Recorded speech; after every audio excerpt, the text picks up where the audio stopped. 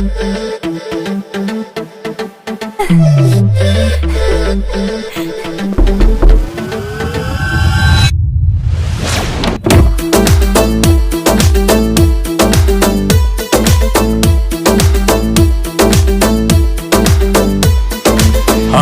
अपना सा घर लगता है जान तुम्हारी आंखों में।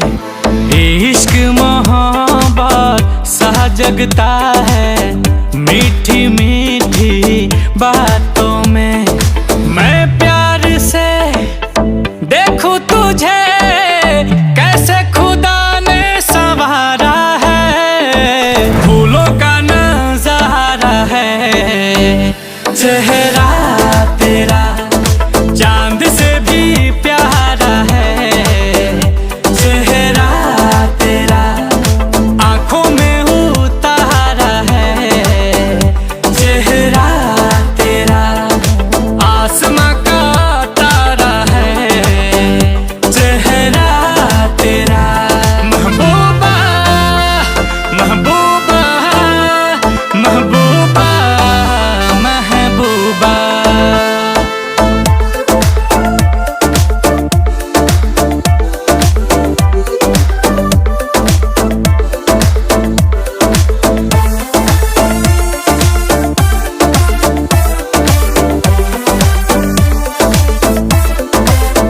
तू जन्नत की परी जैसी तेरा हंसना भी जन्नत लागे।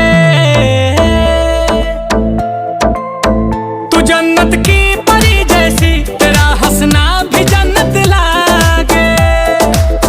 जो रब भी देख ले तुझको तुझे पाने की मन्नत मांगे।